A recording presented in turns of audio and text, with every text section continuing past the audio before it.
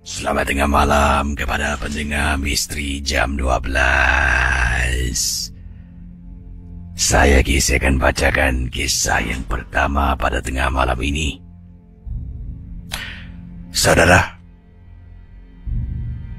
kisah yang ingin saya ketengahkan ini adalah pengalaman daripada seorang pendengar kita yang bertugas sebagai seorang jururawat di Singapura.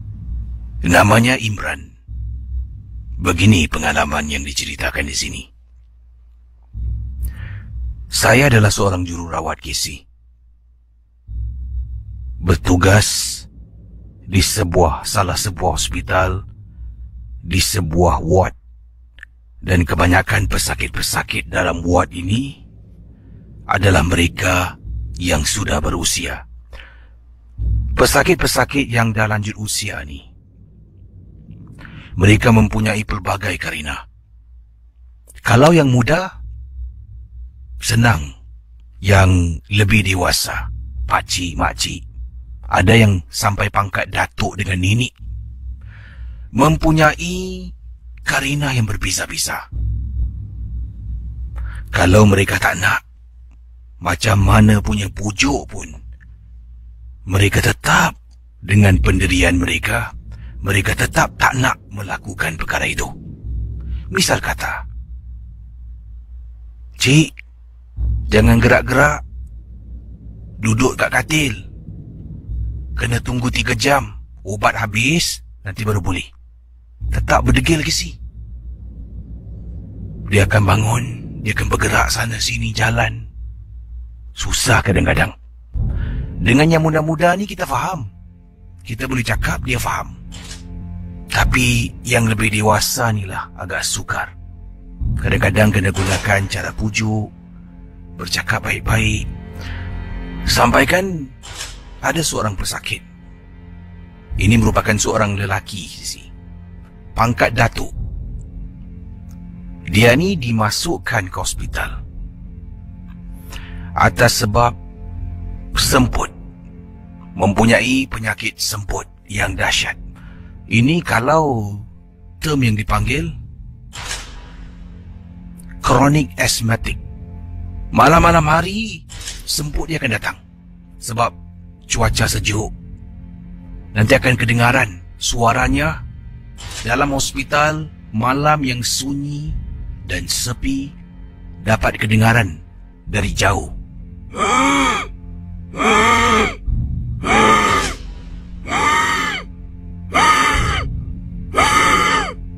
Suara dia tarik nafas semput. Dah kasih ubat pun kadang-kadang masih lagi begitu. Pendengar Misteri Jam 12. Dipendekkan cerita saya, tak perlulah panjang. Saya direct to the point. Datuk ni yang berusia 92 tahun meninggal dunia. Setelah dia tiada, katil beliau untuk 2 malam gizi. Katil tu 2 malam kosong, tak ada orang. Dan untuk 2 malam tu, setiap jururawat termasuk saya yang lalu dekat katil tu, kalau kita berada dekat katil, satu katil ni sedang periksa BP ataupun blood pressure, kata beliau, sedang tengok apa yang patut diberikan ubatan dan sebagainya. Jadi katil yang kosong di belakang kami, semua akan dengar bunyi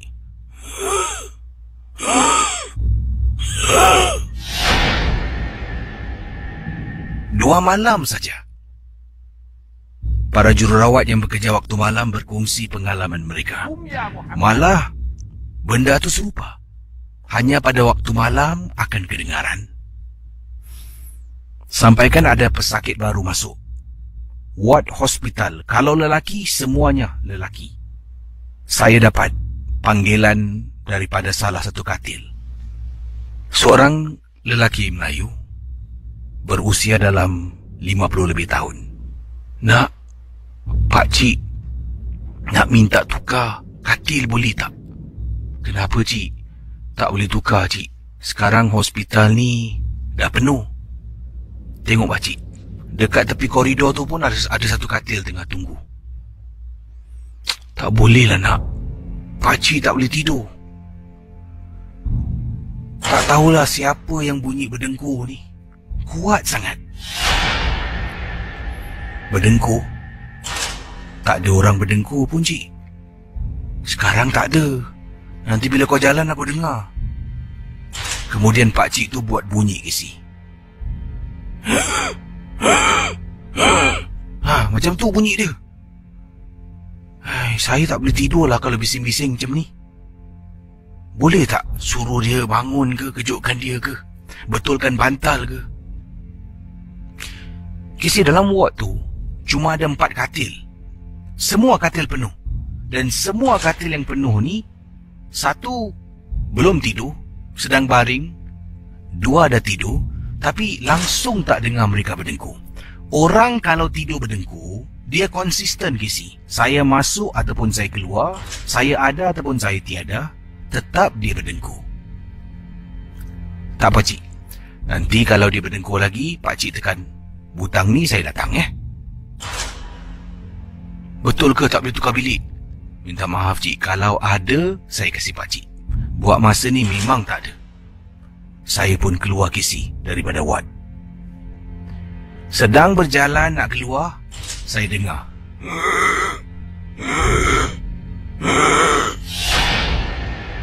Nak. Dengar tak? Saya pusing belakang. Kisi, bunyi sama yang dibuat oleh arwah seorang datuk berusia 92 tahun yang meninggal, Kisi. Yang saya katakan tadi, penyakit kronik asmatik. Bunyi itu kadang-kala kedengaran.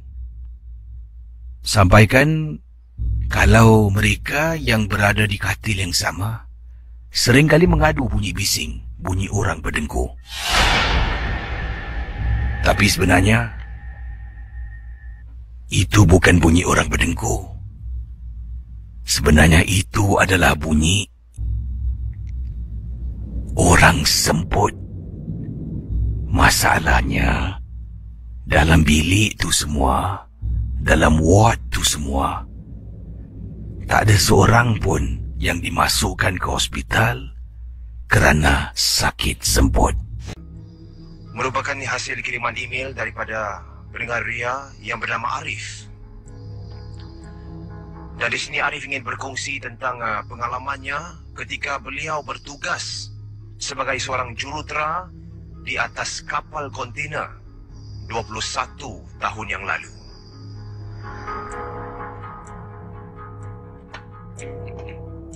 Assalamualaikum kepada DJ dan para pendengar Misteri Jam 12 sekalian. Saya Arif dan cerita ini saya ceritakan pada anda ketika saya bertugas sebagai seorang jurutera. Dan kini saya sudah pun bersara daripada bekerja di atas kapal semenjak saya mula berkeluarga. Maklumlah dulu, sebagai seorang anak kapal tu saya bujang. Saya boleh menaiki kapal yang besar dan masa tu kapal yang saya naik melakukan pelayaran daripada Yokohama ke Long Beach di California. Dan kapal itu melalui lautan Pasifik yang sangat luas. Dan untuk pengetahuan pendengar Misteri Jam 12 sekalian, apabila kita bertugas di atas kapal ni, kadang-kala kita sebagai jurutera ada shift tertentu yang perlu kami ikut.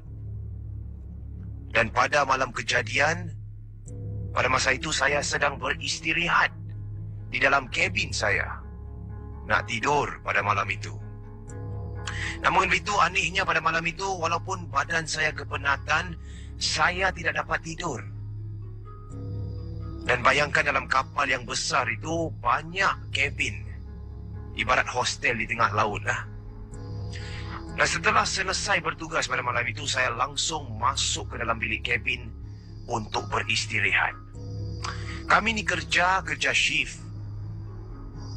Jadi kadangkala walaupun kabin itu boleh didiami 10 orang kru, boleh muat 10 orang kru, tapi pada malam itu saya saja berada dalam kabin tersebut. Sedang saya cuba untuk tidur pada malam itu. Bayangkan, saya keseorangan dalam bilik kabin yang boleh muatnya 10 orang kat dalam, tapi saya saja keseorangan di dalam. Dalam keadaan yang gelap, sekiranya anda menjenguk di luar jendela, anda hanya boleh nampak laut sahaja. Dan pada malam itu, apabila saya cuba tidur, pintu kabin saya, yang ketika itu berada hanya beberapa kaki daripada tempat saya baring, terbuka sendiri. Saya muskilah, saya terperanjat. Kerana kalau anda pernah masuk di dalam kapal, pintu kabin ni sebenarnya boleh berkunci daripada dalam untuk keselamatan diri. Jadi saya muskil, macam mana pintu yang awal tadi saya telah pun tutup daripada dalam boleh terbuka dengan sendirinya. Dan walaupun saya dalam keadaan ngantuk, saya beranikan diri juga untuk menoleh ke arah pintu kabin yang terbuka dengan secara tiba-tiba tersebut. Dan perasaan saya mula seram sejuk. Sebab apa yang saya nampak tu akan saya ingat selama-lamanya, sebab saya ternampak dua makhluk muncul di depan pintu kabin itu. Dan nampak kelibat dua orang wanita. Satu susuk badannya seperti seorang dewasa, dan sebelahnya seperti seorang budak kecil yang sedang berpimpin tangan bersama wanita dewasa itu. Saya cuba cam muka tersebut. Mana tahu kru ke apa. Tapi oleh kerana dalam keadaan yang gelap, saya tak nampak muka mereka. Gelap sahaja. Saya tergamam. Dan ketika makhluk-makhluk ini pergi mencari sesuatu di dalam kabin saya tu, mereka dalam keadaan berpimpin tangan sahaja. Saya hanya terdiam, terkunci di atas katil, melihat mereka berjalan berpusing-pusing di dalam kabin. Dan saya teruskan beristighfar, tak lepas kata-kata itu daripada mulut saya. Mungkin Tuhan nak kabulkan doa saya. Selepas berpusing, beberapa pusingan itu, semakin mereka mendekati saya, tiba-tiba mereka lenyap daripada pandangan saya. Dan ketika itulah saya dapat bergerak dengan cepat. Saya tarik selimut saya, tutup muka, dan terus saya tertidur sampailah ke pagi. Dan ketika saya bangun, saya jumpa Kapten. Pagi itu saya tanya, awak ni ada pakai kru wanita ke tak? Kapten tu muskil lah. Kenapa awak tanya macam itu? Setahu saya kru kita semua lelaki. Dah berapa lama awak kerja kat atas kapal ni, takkan awak tak tahu? Dan saya ceritakan cerita tersebut terhadap kapten saya. Dan beliau sekadar tersenyum dan mengatakan, inilah adat resam menjadi seorang anak kapal. Sekian saja kejadian misi saya yang berlaku 21 tahun yang lalu semasa berlayar di atas kapal. Dan terima kasih kepada DJ yang bertugas kerana dapat ketengahkan cerita saya kepada para pendengar. Dan maaf kalau tulisan saya tak teratur, maklumlah, dah lama tak tulis karangan. Terima kasih kami ucapkan kepada Encik Arif yang merupakan jurutera yang telah pun bersara. Beliau telah mengalami kejadian ini 21 tahun pada awalnya. Dan tentu sekali mereka yang sedang bekerja kapal pada ketika ini. Dan saya pernah juga mendapat kiriman SMS bagi mereka yang sudi mendengar MJ12 ni, ada juga yang sedang bekerja kapal. Jadi mungkin peringatan kepada anda, jangan ditegur sekiranya ternampak kru yang bukan merupakan anak kapal anda. Pendengar 897 FM, selamat tengah malam. Saya Casey ucapkan kepada anda semua, terima kasih kerana sudi mendengar siaran misteri jam 12. Lebih banyak kisah akan saya teruskan. Berikut ini kisah daripada Kak Maimun dan rakan-rakan misteri jam 12. Kak Maimun ingin ketengahkan satu peristiwa yang berlaku dalam rumah, dalam bilik tidurnya. Dan saya pasti ramai di antara anda sedang mendengar dalam bilik tidur anda. Kak Maimun menceritakan gangguan mula berlaku setelah suami meninggal dunia. dalam keluarga Kak Maimun sebelum ini, suami, Kak Maimun dan seorang anak gadis. Itu merupakan satu-satunya anak tunggal dalam perkahwinan antara Kak Maimun dan arwah suaminya. Anak gadis Kak Maimun berusia 16 tahun. Dan teman pendengar Ria 897 kata Kak Maimun, apa kabar Kisi, dan Assalamualaikum warahmatullahi ta'ala wabarakatuh. Kisah yang ingin kakak ketengahkan, suatu malam setelah beberapa bulan, gangguan benda-benda yang pelik mula berlaku dalam rumah. Kakak tak nak ceritakan apa yang sebelum ini yang pelik, yang kecil-kecil, tapi antara gangguan yang paling menyeramkan berlaku dalam rumah apabila kakak sedang baring di atas katil. Malam tu tak boleh tidur. Kakak masuk tidur sekitar 11 lebih malam. Golek kiri, golek kanan, dapat lelap mata sekejap, kemudian akan tersadar. Nak cakap panas, bilik ada aircon, ada kipas, katil selesa, tapi tetap tak boleh tidur. Entah macam mana, tiba-tiba dalam keadaan tengah malam, kakak tak ingat jam berapa, sebab bila dah tidur terbangun balik, rasa-rasa mungkin selepas 12 tengah malam. Apa yang berlaku pendengar Ria 897 kata Kak Maimunah? Pada mulanya kakak sedang tidur, badan kakak miring sebelah kiri, di mana wajah kakak memandang ke arah tembok di atasnya tingkap. Belakang kakak merupakan tempat kakak turun naik katil. Jadi sedang baring miring sebelah kiri, tengok tingkap, tengok tembok. Kakak dengar orang buka pintu bilik. Casey, kakak pun toleh ternampak anak kakak. Anak kakak berjalan dari pintu bilik dengan rambutnya yang panjang. Dia berjalan. Kemudian dia baring di atas lantai, betul-betul tepi katil. Kakak baring sebelah dalam. Bila anak kakak masuk bilik, jalan Casey. Seolah-olah anak kakak macam sleepwalking, berjalan dalam tidur. Dia bergerak sampai depan katil, betul-betul antara katil dengan almari. Disitulah dia baring tengah-tengah di atas lantai. Jadi bila anak kakak baring, kakak dah tak nampak dia sebab katil kakak ni tinggi. Katil jenis yang tinggi. Jadi kakak pun cuba golikkan badan. Alangkah terperanjatnya. Bila kakak golikkan badan, awal tadi kan kakak kata nampak anak baring di atas lantai. Pendengar Ria 897 FM.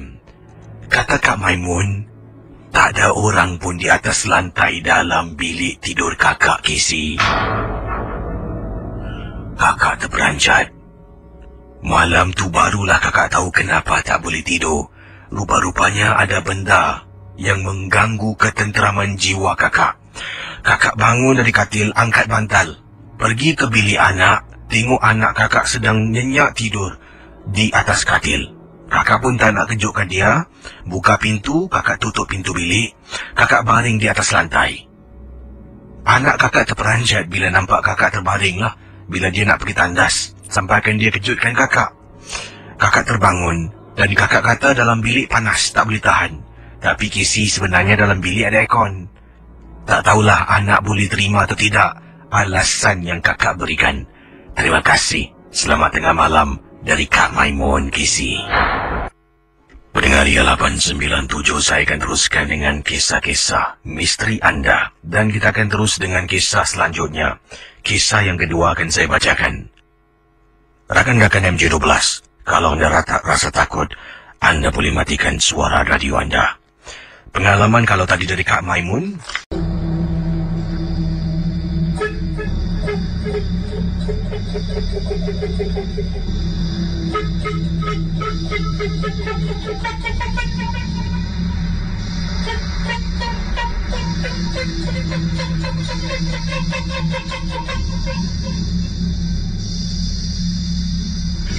Pendengar Ria 897, bunyi yang tadi cuba saya hasilkan bukanlah satu bunyi yang kelakar, tetapi inilah yang dialami oleh keluarga kita, keluarga misteri jam 12. Assalamualaikum warahmatullahi ta'ala wabarakatuh. Nama saya Nur Ashikin, Casey boleh panggil saya Shikin saja. Waalaikumsalam, Shikin. Pengalaman yang saya ingin berkongsi pada Casey dan juga pendengar Misteri Jam 12 berlaku di seberang tambak. Lebih kurang sebulan yang lalu, Casey. Sebulan yang lalu. Pada bulan September juga, kami telah pun balik kampung ke Malaysia. Kampung yang disebutkan ini adalah sebuah kampung di kawasan Parit Batu. Kampung makcik saya. Sebenarnya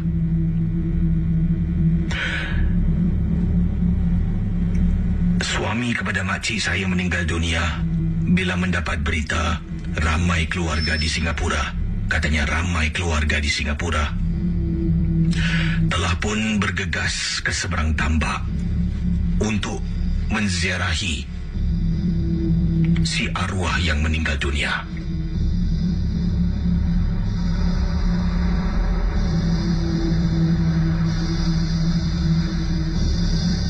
Jadi pendengar Ria 897, kisah yang diceritakan oleh Nora Shikin ataupun Shikin nama ringkas. Bila sampai di kampung, kelihatan banyak kenderaan, ramai orang. Kami dapat berita itu sekitar pukul 10 malam. Kami sampai sekitar 12 lebih tengah malam. Rakan-rakan MJ12 hampir 1 pagi sampai ke seberang tambak.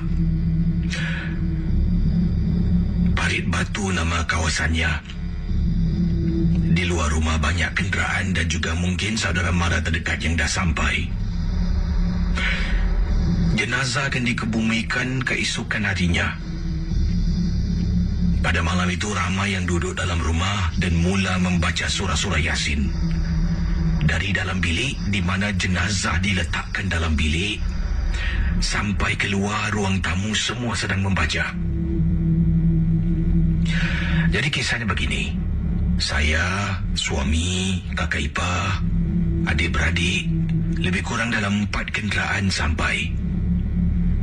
Makcik menangis dalam rumah tepi suami yang sedang terbujur baring di atas katil. Ramai orang sedang membaca surah Yasin. Casey, dipendekkan cerita, tiba-tiba Casey, makcik saya ni membuat satu bunyian yang menakutkan. Dia mendongak ke langit, kemudian dia membuat seperti bunyi seekor ayam.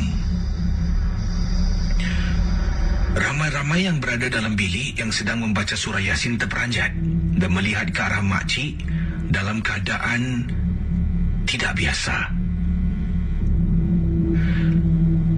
Apa yang memeranjatkan sangat depan mata saya, lidah makcik saya boleh keluar panjang sampai ke dadanya. Memang tidak boleh dibuat oleh manusia manapun. Lidahnya terkeluar panjang bila saya nampak. Saya terperanjat, Casey. Ingatkan dalam filem berlaku perkara macam ni. Pak Long yang ada dalam bilik tersebut, minta maaf, boleh keluar sekejap tak? Menyuruh beberapa orang dalam bilik keluar termasuk saya. Dalam bilik hanya Pak Long dan juga 2 lagi pakcik saya dengan makcik yang berada dalam bilik seolah-olah terkena sampuk. Saya keluar dan tak tahu apa berlaku dalam bilik, tapi saya dapat dengar bunyi seperti seekor ayam. Berkali-kali kedengaran. Mala yang sedang baca di luar satu persatu berhenti dan memandang ke arah satu sama lain. Dipendekkan cerita, akhirnya setelah lebih kurang 40 minit, Pak Long dan juga 2 pakcik keluar. Mak Long saya bertanya pada suami kenapa. Dah sudah, jangan ditanya. Teruskan baca Yasin, teruskan. Yang lain boleh masuk bilik. Makcik saya yang orang Malaysia ni, Casey, sedang duduk tepi katil, seolah-olah kelihatan lemah sangat-sangat. Tapi setelah kejadian malam tersebut, dia kembali pulih dan tidak ada apa-apa lagi gangguan yang berlaku. Tapi itulah pengalaman. Saya sayang tak dapat lihat sebenarnya apa yang berlaku. Terima kasih dan selamat tengah malam. Dan juga sini ada kiriman daripada Kak Aminah Rashid. Assalamualaikum, Waalaikumsalam warahmatullahi ta'ala wabarakatuh. Kakak pernah mengalami satu peristiwa menakutkan. Yang ini berlaku di sebuah hotel bajet di Melaka. Yang kakak tinggal lah di sana. Dan kakak, apa yang kakak nak ceritakan ni tentang pengalaman yang ringkas saja. Pada satu malam ketika kakak dengan suami sedang tinggal di hotel bajet di Melaka ni, kakak terbangun. Sebabnya sebabnya kakak termimpi mimpi yang menyeramkan pada malam ketika kejadian menakutkan ini berlaku. Jadi bila terbangun mimpi yang menyeramkan ni, kakak istighfar beberapa kali lah. Tengok suami berdengkur, nyenyak tidur. Oleh kerana kakak rasa tak sedap hati, lepas bangun tu macam rasa sesuatu yang tak kena. Jadi kakak pun langsung pergi ke tandas dalam hotel bajet tu untuk ambil wuduk lah, supaya kakak dapat tenangkan diri dan dapat tidur balik dengan betul. Kakak bangun menuju ke arah tandas. Jadi hotel bajet ni, dari tandas kakak berdiri sedang nak ambil wuduk ni, kakak terperasan dekat katil tu. Katil hotel bajet bukan macam katil hotel yang kita tinggal, hotel mewah di mana bawah katil tu semua ditutup. Yang hotel bajet ni, katilnya macam katil bawah ada kosong, ada lopong. Apa yang kakak lihat terkejut kisi apabila ternampak macam ada orang tengah baring bawah katil dalam bilik hotel bajet yang gelap. Kakak buka paip air tengah mengalir ni, tengah ambil wuduk. Bismillahirrahmanirrahim. Jadi terperasan dekat bawah katil. Dan bila kakak tengok, nampak orang, kakak terpekik sekuat-kuatnya kisi. Pendengar Ria 897. Suami kakak daripada tidur nyenyak berdengkur terbangun. Tanya pada kakak kenapa, apa yang berlaku. Kakak tak boleh berkata apa-apa. Kakak cuba keluar dari tandas, tenangkan diri, masuk balik dalam tandas, ambil wuduk. Lepas ambil wuduk, dah bangun ni, kakak solat. Solat untuk tenangkan jiwa perasaan yang tengah takut. Sambil solat tu, sebelum solat tu, kakak kata pada suami, tolong buka lampu dan temankan saya nak solat sekejap. Suami pun buatlah apa yang kakak minta. Selepas solat, kakak tak tidur tutup lampu sebab takut. Suami dalam hanya beberapa minit kisi dah masuk alam mimpi balik.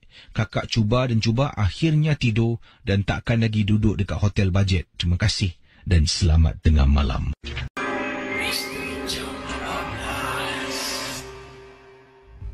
Baik, saudara, kisah yang ingin saya bacakan ini sejauh mana kebenarannya. Tidak ada sebarang bukti yang boleh mengesahkan kisah yang ingin saya bacakan kepada anda. Jangan kita mudah percaya, jangan terlampau taksub dan jangan terikut-ikut. Itu yang ingin saya beritahu anda sebelum saya ketengahkan pengalaman berikut ini. Dan bila kita cuba bayangkan situasi yang digambarkan oleh pengirim, saya rasa agak seram sedikit. Ini akan berlaku katanya, akan berlaku. Saya tak tahulah sejauh mana benar ya. Sekali lagi jangan terlampau terikut-ikut. Dan kisah ini berlaku di Singapura. Akan berlaku kepada orang-orang berikut ini. Satu, akan berlaku kepada orang yang baru saja dalam rumah tu ada kematian. Kematian ahli anggota keluarga. Yang kedua, akan berlaku kepada orang yang baru saja balik daripada menziarahi orang yang meninggal dunia. Akan berlaku pada dua golongan berikut yang tadi disebutkan. Yang ini kiriman daripada Kak Mona. Assalamualaikum para pendengar Misteri Jam 12. Waalaikumsalam. Kakak ingin ketengahkan satu pengalaman dan kakak rasa ada baiknya kakak berkongsi dengan pendengar Misteri Jam 12 yang lain yang berada di Singapura. Waktu tu kakak baru sahaja kehilangan ibu tersayang yang telah pun meninggal dunia akibat usia yang dah pun senja. Ibu kakak meninggal pada usia 72 tahun. Setelah selamat dikebumikan, kita pun balik ke rumah. Dalam rumah tu, kakak sebelum ini tinggal bersama dengan arwah ibu. Kakak katanya Kak Mona, dan juga adik kakak seorang ni. Kakak dah berpisah dengan suami agak lama. Anak-anak pun ikut suami. Suami dapat hak penjagaan. Casey, apa yang kakak nak ceritakan ni memang memeranjatkan. Pada malam hari, setelah selamat dikebumikan arwah ibu kakak, dalam rumah adik kakak tengah tidur dalam bilik dia, kakak di ruang tamu sedang duduk sambil menonton TV pada malam yang disebutkan setelah dikebumikan pada petang hari. Setelah balik tu, macam-macam lah kita buat. Majlis tahlil, pada waktu maghrib bacaan Yasin, dan malam tu kakak berehatlah untuk tenangkan diri. Itu pun kakak duduk depan TV tengok kakak. Sebabnya duduk termenung teringatkan arwah mak yang telah pun meninggal, arwah ibu kakak yang telah pun meninggal dunia. Tahu-tahu pintu rumah kakak diketuk Casey pada malam itu.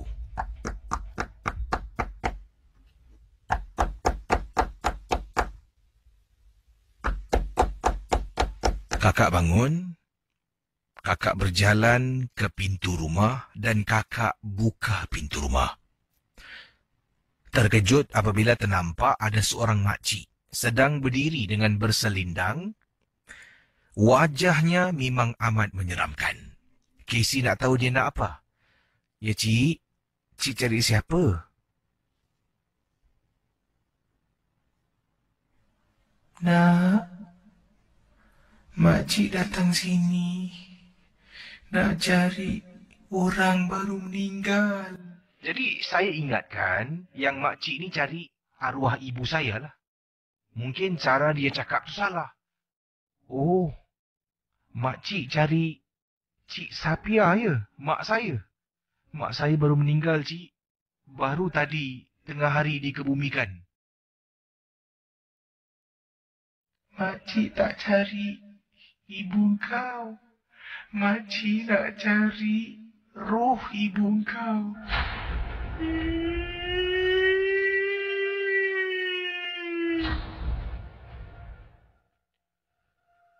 Saya, Casey. Tutup pintu. Amira! Amira! Saya tutup pintu rumah saya.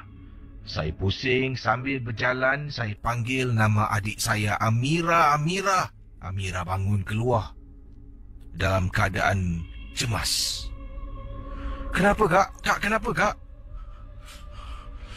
Amira tahu tak? Tak di depan pintu ada makcik ni datang. Kakak ingatkan dia cari ibu. Kakak cakaplah arwah ibu dah meninggal. Tadi baru kebumikan. Dia kata tak cari ibu. Dia cakap dia cari roh arwah ibu. Pendengar Misteri Jam 12. Lat beberapa minggu, seorang kenalan kakak terkena gangguan yang sama. Dia ceritakan pada kakak ada makcik ni datang. Ketuk pintu, dia buka pintu pada waktu malam. Depan suami katanya dia cari. Cari apa? Dia cari roh orang meninggal. Suami kawan kakak ni tiba-tiba terperanjat. Suruh isteri tutup pintu. Isteri tutup pintu. Malam tu diganggu. Tapi kakak pada malam tu hanya setakat nampak makcik di depan pintu rumah saja. Dan setelah mendengar dan juga kakak sendiri yang mengalaminya, kakak rasalah makcik ini akan pergi rumah ke rumah orang yang meninggal dunia dan mungkin mencari roh yang ada masih lagi belum tinggalkan rumah tersebut. Tak tahulah, Casey. Supaya berhati-hatilah kalau nampak seorang makcik berselindang, nanti dia akan cakap nak cari arwah. Kita ingatkan dia datang ni nak jumpa dengan si arwah. Yelah sebagai seorang teman, tapi bukan Casey. Terima kasih dan selamat tengah malam. Itu dia kisah sebab tu saya beritahu anda jangan mudah percaya dan jangan terikut-ikut ya dengan apa yang diketengahkan dalam MG12. Baik, sebelum tu ada kiriman yang saya ingin bacakan. Mungkin ada di antara anda pernah mendengar kisah ini, tapi ini agak serupa yang pernah dikongsi sama. Terima kasih saya ucapkan kepada Encik Wahid Sulaiman yang berkongsi keratan yang beliau ada terbaca. Dan di sini dikatakan seorang lelaki warga Cina telah pun dikahwinkan dengan pasangannya. Dan apa yang menarik tentang kisah ini, pasangan yang dikahwinkan kepada lelaki ini, wanita itu sebenarnya telah pun meninggal dunia. Dalam keratan akhbar ini mengatakan, ibu kepada wanita yang dah meninggal dunia ni rasa terkilan sangat-sangat untuk melihat anak gadisnya berumah tangga setelah anak gadisnya terlibat dalam satu kemalangan. Setelah itu ibu dan ayah kepada wanita yang telah pun meninggal dunia ini menyimpan anaknya, menyimpan anaknya dengan bahan-bahan pengawet di dalam rumah mereka. Malah ibu dan ayah yang kaya raya inilah telah pun pergi ke jalan-jalan dan berjumpa dengan setiap lelaki yang beliau temui. Katanya, engkau nak kekayaan tak? Aku nak kasih kau duit dan sebagainya lah. Tapi dengan satu syarat, kalau engkau nak dapat kekayaan aku, engkau nak kena kahwin dan tidur dengan anak aku. Jadi ramai lelaki-lelaki yang inginkan tawaran yang diberikan oleh pasangan suami isteri ini. Dan mereka sejurus saja melihat bakal istrinya, pasangan lelaki ini terus tak jadi nak kahwin dan tinggalkan rumah tersebut. Sampaikan pada suatu hari lah, setelah sekian lama mencari, jumpa seorang jejaka yang tinggal di dalam sebuah kampung yang agak dalam, di mana tawaran yang sukar untuk ditolak, wang yang berjuta dolar yang diberikan oleh keluarga anak orang kaya inilah. Sebabnya ibu dan ayah memang cukup-cukup ingin melihat anaknya yang dah pun meninggal ni berumah tangga. Jadi oleh kerana hasrat tu tak tercapai ketika hidup, mereka teruskan hasrat mereka supaya tercapai ketika anaknya meninggal dunia. Dalam akhbar ini mengatakan, satu persatulah lelaki dia jumpa, dia bawa datang rumah, wah nak kahwin dengan anak aku. Kononlah saya rasa macam itulah. Jadi apabila lelaki satu persatu datang, mungkin disajikan dengan minuman teh, dia cakap, baiklah sekarang kau ada sedia nak tengok anak aku? Boleh ya. Semangatlah dapat duit ni berjuta dolar ni nak jadi pewaris harta benda ni. Kemudian bawa naik atas, masuk dalam bilik anak, buka pintu, anak tengah baring atas katil tapi tidak bergerak. Jadi bila ditanya kenapa anaknya tengah tidur ke? Tak, anak aku sebenarnya dah meninggal dunia. Dan akhirnya ada seorang lelaki yang telah pun setuju berkahwin dengan anak kepada dua pasangan suami isteri inilah, dan mendapat wang yang agak banyak, walaupun setelah ketahui bakal istrinya adalah seseorang yang dah pun lama meninggal dunia. Jadi untuk membuktikan rasa kasih dan sayang, lelaki tersebut harus meniduri isteri yang dah mati dalam rumah mereka. Jadi mak bapak ni cakap, okey, kau masuk dalam bilik, kau tidur dengan anak aku. Upacara persandingan berjalan macam biasalah. Ada jemputan orang-orang tertentu. Malah wanita tersebut bila didirikan di belakang papan, beralaskan badannya papan dan berdiri tegak. Matanya tu telah dibuka dengan menggunakan sejenis pelekat mata dan diletakkan katanya contact lens supaya mata wanita tu tidak kelihatan seperti orang yang dah pun meninggal dunia. Dan malam tu lelaki tersebut dibawa masuk ke dalam bilik bersama dengan mayat istrinya untuk tidur dengan isteri tersebut. Dan lelaki ini difahamkan harus melakukan perkara-perkara ... ini. Anda bayangkan, Kemudian untuk beberapa bulan sebelum ibu dan ayah wanita ini mengesahkan yang mereka akan berikan wang kepada jejaka tersebut.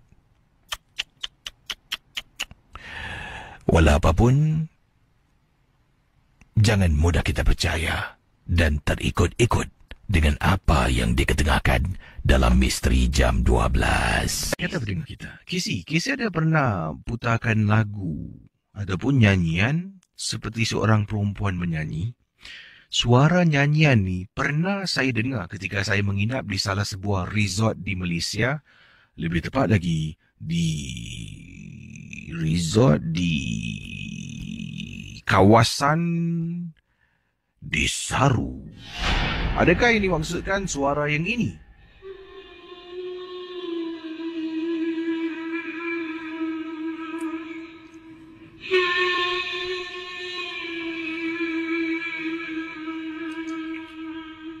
Ataupun suara yang dimaksudkan suara ini?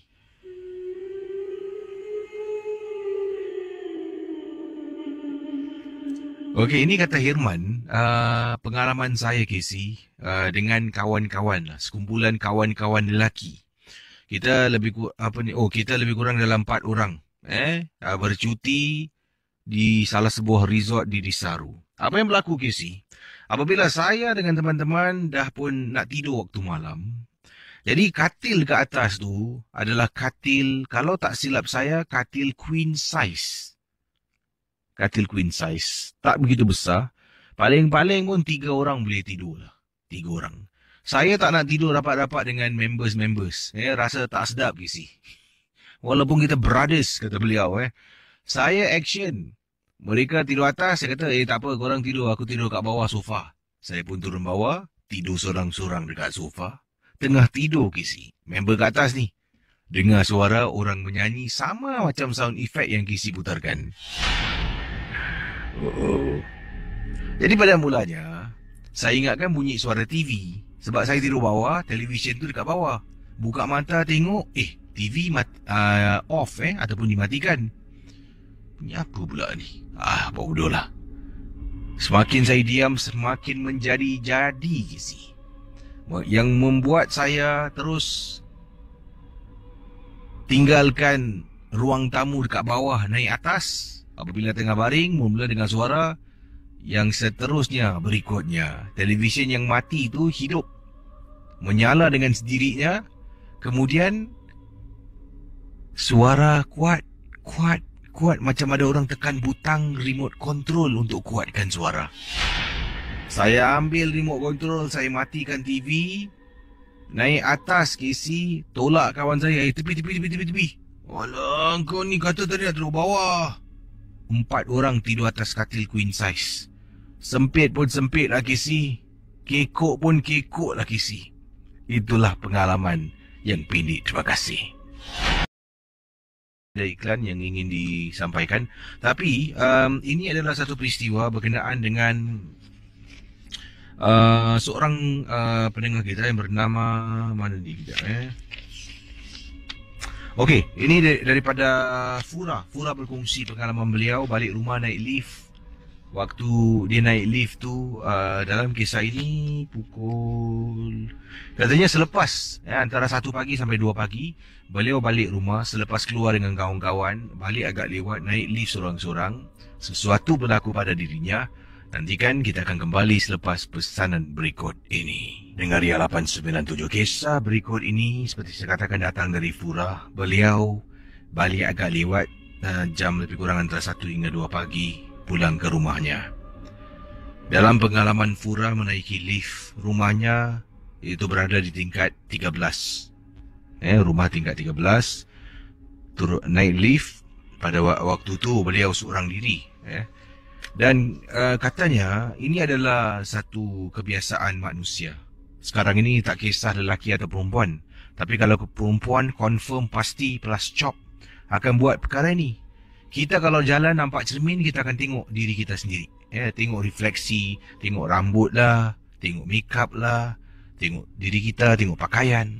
Begitulah dengan saya. Saya balik jam 1 lebih pagi, masuk dalam lift, pintu tutup, dah tekan tingkat 13. Dalam perjalanan dalam lift tu, sebelah kiri dengan kanan, ada besi Itu besi sebelah kiri dengan kanan, ibarat seperti cermin yang nampak refleksi. Jadi, saya ni, kata Fura, sedang bermain dengan rambut saya. Sebabnya awal tadi, saya baru saja rebond rambut. Jadi tengah pegang rambut lah daripada atas kepala, saya pegang, tarik bawah rambut, tarik Tiba-tiba sedang saya berbuat demikian beberapa kali, katanya dia tarik atas, tarik bawah, tarik sampai ke bawah sampai ujung rambut. Tarik lagi atas, bawah, tengoklah tengah betulkan rambut, tengok parting, tengok rambut saya yang panjang dah ribbon ni. Saya perasan, saya tarik rambut. Kenapa rambut aku panjang sangat ni? Casey, sebenarnya pada waktu itu rambut saya melepasi bahu hanya lebih beberapa sentimeter saja. Tapi dalam lift, bila saya tarik rambut saya, ia seolah-olah hampir sampai bahagian setengah tubuh saya, Casey. Tengah tarik, saya tengok sendiri terperanjat. Rambut hitam sama, tapi kenapa sampai bahagian setengah tubuh? Pendengar Misteri Jam 12. Dalam masa yang sama bila saya terperanjat sebab tengok rambut panjang, saya terkejut dan tercungap-cungap saya dibuatnya kerana terperanjat. Kemudian bila saya pusing lagi dan saya tengok rambut saya dah kembali tempat biasa. Adakah saya hayal? Ataupun apa yang telah pun terjadi? Jadi sampai tingkat rumah saya. Daripada balik happy-happy, nak mandis dan juga salin pakaian, tidur, balik dah tak boleh Casey. Dah rasa takut dan seram sangat-sangat. Jadi akhirnya sampai rumah, seperti dikatakan tadi, saya mandi, bersihkan diri. Kemudian saya keluar. Keluar daripada tandas, masuk ke dalam bilik, salin pakaian. Jadi bila saya berada depan cermin, sebab awal tadi, bila saya keluar tu, saya dah ribbon rambut. Jadi saya, katanya Fura, duduk depan cermin, masih bermain dengan rambut lagi Hampir-hampir jam 2 pagi. Tengah tarik rambut, tarik rambut, tarik rambut. Tarik rambut ni, tarik rambut saya masih sedikit sahaja melepasi bahu. Tarik, okey. Kemudian tarik lagi rambut, kiri kanan tarik, okey. Tiba-tiba bila saya sedang tengok cermin, saya nampak Casey macam ada tangan dekat celah rambut, tarik rambut saya, tarik. Tangan siapa tu? Casey, tangan tu menjelma dalam beberapa saat. Tapi saya boleh rasa ada tangan orang yang masuk celah rambut saya dan tarik rambut saya dari atas. Setengah jalan bila saya perasan dia berhenti dan hilang. Casey, tu tangan siapa, Casey? Saya bila nampak perkara tersebut tanya dalam hati, tangan siapa tu? Kemudian saya terpekik sekuat-kuatnya. Malam tu adalah malam paling menyeramkan dalam hidup saya. Jadi akhirnya, perkara ini menjadi satu gangguan dalam hidup. Yang mana dalam rumah kadang-kadang ternampak kelibat. Sebelum ni tak ada. Selalunya saya yang ternampak, saya yang kena. Dan mendengar Ria 897 FM. Kata Fura, setelah saya terkena gangguan tu, saya takut sangat-sangat. Takut nak duduk dalam bilik seorang diri, nak duduk dalam rumah seorang diri, nak naik lift seorang diri. Jadi ibu saya lah teman saya ke mana saja saya pergi. Katanya Fura, terima kasih dan juga selamat malam, Casey. FYI, rambut panjang melebihi paras bahu sampai setengah tubuh dan juga pendengar Ria 897 FM. Bila saya balik tu, sedang tengok cermin, macam ada orang pula yang sedang membelai-belai rambut saya sebab saya nampak jari orang masuk celah rambut dan tarik seperti mana yang saya lakukan. Sementara saya nantikan panggilan dari anda. Ini datang daripada Muhammad Syazwan Abdul Hamid. Kata beliau, Assalamualaikum, Waalaikumsalam warahmatullahi ta'ala wabarakatuh. Saya nak berkongsi satu kisah pernah terjadi pada saya di Kuala Lumpur dan saya menginap di sebuah hotel. Saya tak perlu sebutlah nama hotel ni hotel ini dekat dengan penjara Pudu. Yang sekarang ni dah pun terbengkalai nampaknya. Ataupun dah dirobohkan Apa yang berlaku? saya pernah masuk salah bilik hotel. Pelik kan? Bilik hotel ni menggunakan kad, access card untuk masuk. Tak perlu kunci yang biasa, menggunakan access card.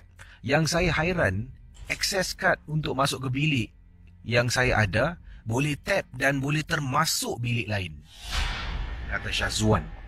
Jadi saya pergi ke sana sebenarnya untuk berjumpa dengan beberapa orang rakan lah, untuk berbincang tentang bisnes kolaborasi antara saya di Singapura dan teman-teman saya yang ada di Kuala Lumpur. Jadi setelah saya habis jumpa mereka, waktu tu dah agak malam, sekitar jam 11 lebih malam. Saya pun dah terlampau penat. Saya balik bilik hotel dengan keadaan penat sangat-sangat, kepala saya mabuk. Saya pun pergi bilik, saya tap. Bila tap, pintu terbuka. Saya pun tak fikir panjang. Masuk dalam bilik tu, tutup. Tutup, masukkan kad.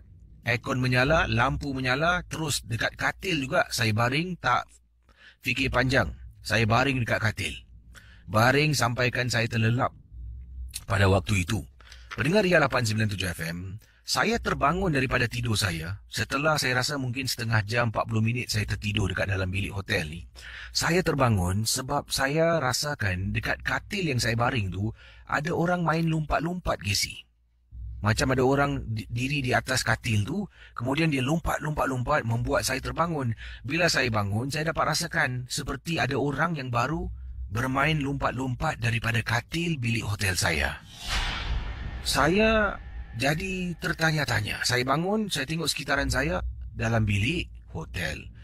Kemudian saya pun okeylah, aku dah tidur dah cukup. Mungkin tadi mimpi lah sebab terlampau kepenatan sangat-sangat.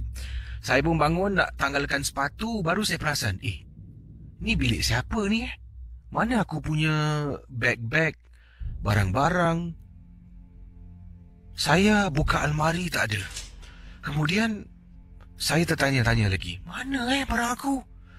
Akhirnya bila saya keluar daripada bilik hotel tu untuk tengok nombor pintu, saya berada di bilik hotel yang salah, Casey.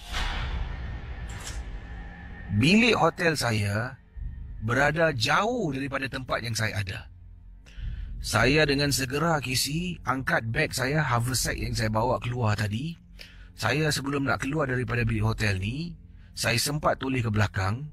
Saya ternampak dekat belakang langsir dalam bilik hotel ni, ada seperti susuk tubuh manusia berdiri di sebalik langsir bilik hotel, kemudian sedang menjenguk sambil memegang langsir dari jauh. Bila saya ternampak, saya istighfar berkali-kali. Saya keluar tutup pintu bilik hotel dan saya pegang kunci saya. Tadi aku masuk macam mana? Dengan access card yang sama, saya tap sekali lagi. Bilik hotel tu tak boleh terbuka pintunya. Tap lagi, tak boleh buka. Merah. Macam mana aku masuk tadi? Saya pun terus jalan ke beberapa pintu untuk masuk ke bilik saya. Bila saya tap card, lampu hijau, saya baru boleh masuk dan barulah saya nampak luggage bag saya. Dan juga itulah bilik hotel saya yang sebenar. Yang menjadi tanda tanya, Casey, bagaimana akses kad saya boleh masuk bilik yang bukan bilik saya? Bila saya sedang tidur, nyenyak tidur kerana kepenatan 30 hingga 40 minit, saya dapat rasakan ada orang bermain lompat-lompat di atas, katanya di sini orang bermain lompat-lompat. Jadi di atas katil, dapat rasakan dia tengah pejam ni, tengah tidur. Saya bangun, rupa-rupanya saya salah bilik, Casey. Untuk pengetahuan Casey, hotel yang dimaksudkan adalah ... Terima kasih dan selamat tengah malam. Okey, silakan 669-11897. Hello, selamat pagi. Halo, Casey. Apa kabar? Assalamualaikum. Waalaikumsalam. Ya, Pak Radin. Ya, ini ada kronik case. Casey tahu tak, ini untuk pengalaman, Pak Adin nasihatlah. Memang kita zaman-zaman dulu, nenek-nenek moyang kita ni, orang banyak mengamalkan apa tau, Casey, petua. Tapi bukan semua petua ni yang baik, Casey. Sebab petua ni adalah satu apa tau, kalau nak dikatakan dalam istilah bahasa Melayu, adalah amalan datuk nenek moyang yang dulu mungkin belum pengaruh dengan agama Islam, Casey. Kadang-kadang terbawa-bawa virus flu yang kronik ni ke zaman anak-anak muda generasi zaman sekarang. Ini dipanggil apa tak, Casey? Akibat chronic case loving couple, suami isteri. Kerana apa? isteri dia ni asyik taksub dengan pelajaran nenek dia yang suka mengajar dia waktu dia anak dara. Kau kalau nak buat satu perkara gunakan petua, tahu tak? Kalau apa-apa cucuku, jadi dia ni tertaksub dengan ilmu nenek dia. Sebab apa? Nenek itu pasal Pak Din cakap kan, dua kes ni. Nenek kalau dia tidak menurunkan ilmu saka, dia menurunkan ilmu petua yang kes kronik yang teramat sangat. Dua, iaitu saka atau petua. Tapi tanpa disedar kes ni, petua ni adalah satu amalan yang dipanggil khurafat juga. Dia bukan syirik ke sih, tapi dia telah kita mentaksubkan sesuatu keyakinan, iaitu dengan petua ni akan mewujudkan benteng yang lebih kuat dari kuasa Allah Ta'ala. Astagfirullah, kenapa korang jadi begini ni? Sedih betul aku. Jadi apa nak buat? Para dia cakap ikhlas. Jadi ini Casey, ni lepas Pak Din ubat ni, baru dia mengaku, dia cakap dekat telefon sama isteri, dia cakap, Pak Din, saya selalu suruh isteri suami saya, kalau nak tidur bang, ikut betul.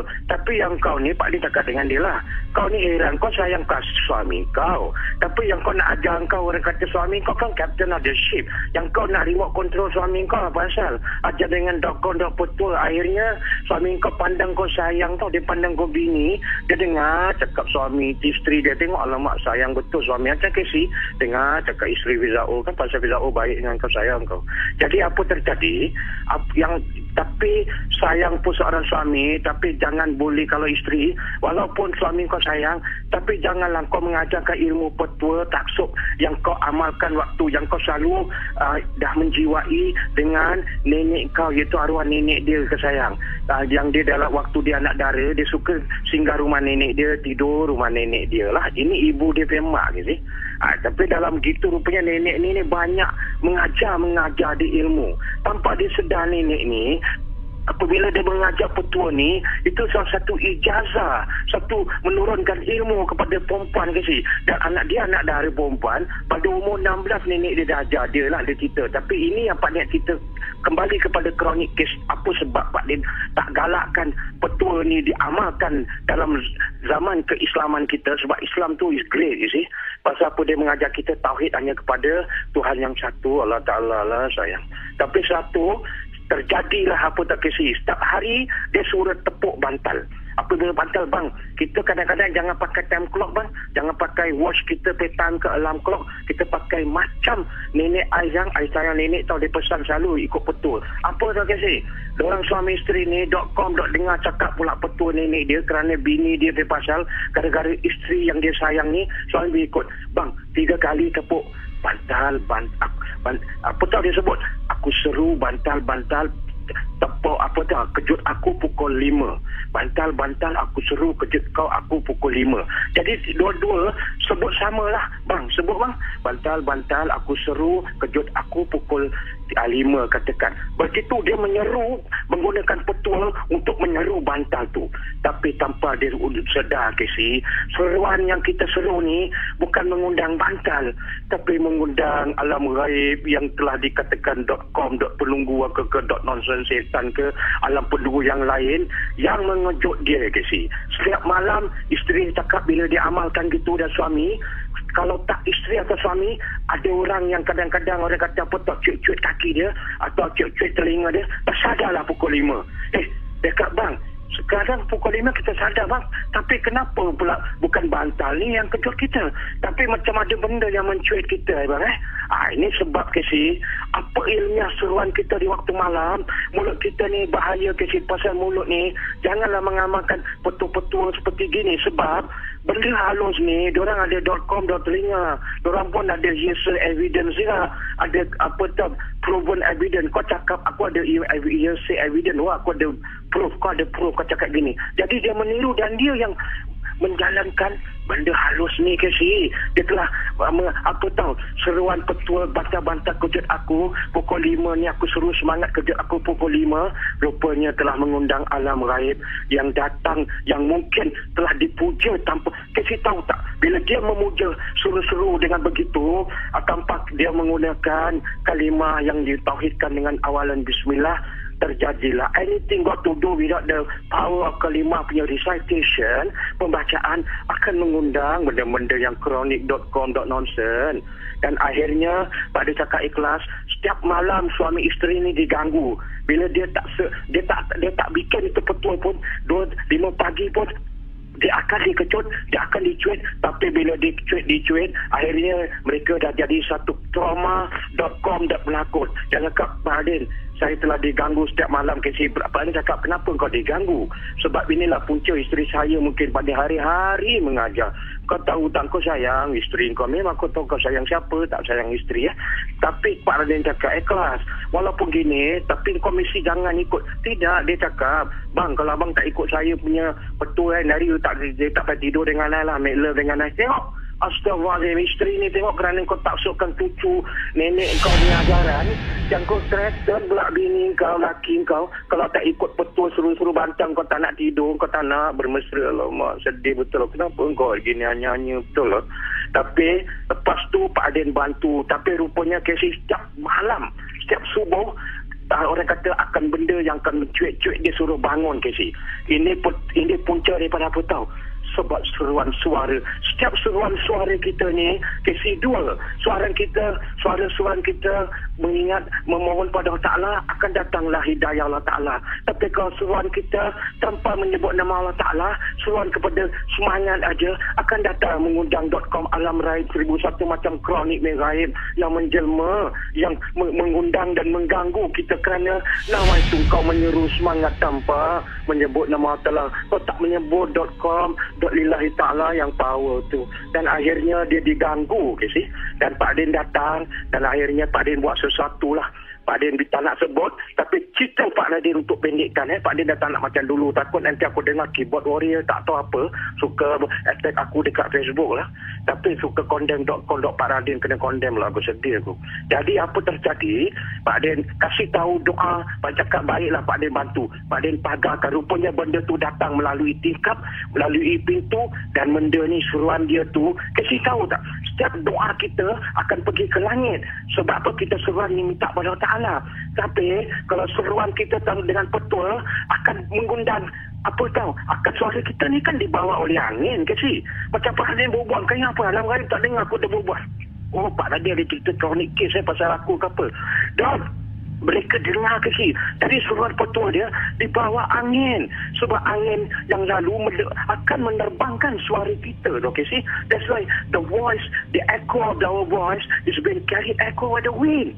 Dan akhirnya Pak Din bantu, dan Pak Din cakap dengan isteri dia, kau lain kali orang kata janganlah kau threaten ni suami kau. Kalau suami tak ikut betul, kau tak nak sayang, nak peluk sayang, tak baik tu.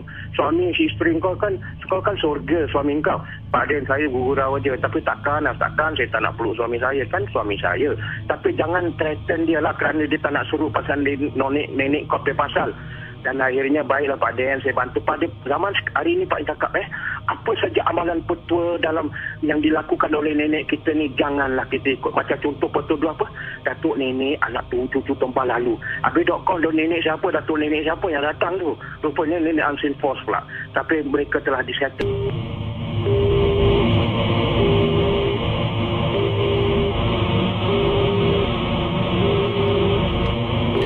Saudara, terima kasih kepada semua. Dah 2 minit pagi. Casey undurkan diri. Saya jumpa anda esok malam dalam rancangan ataupun dalam geng burung hantu. Terima kasih pada semua yang mendengar rancangan MJ12, tak kira di mana anda berada. Dan esok ingatkan saya ada sebenarnya satu lagi kisah. Masa tidak mengizinkan, saya terpaksa tamatkan sesi bercerita saya pada malam ini. Kisah satu lagi yang saya nak kongsi sama ni adalah berkenaan dengan ini kiriman daripada seorang bekas pengurus artis.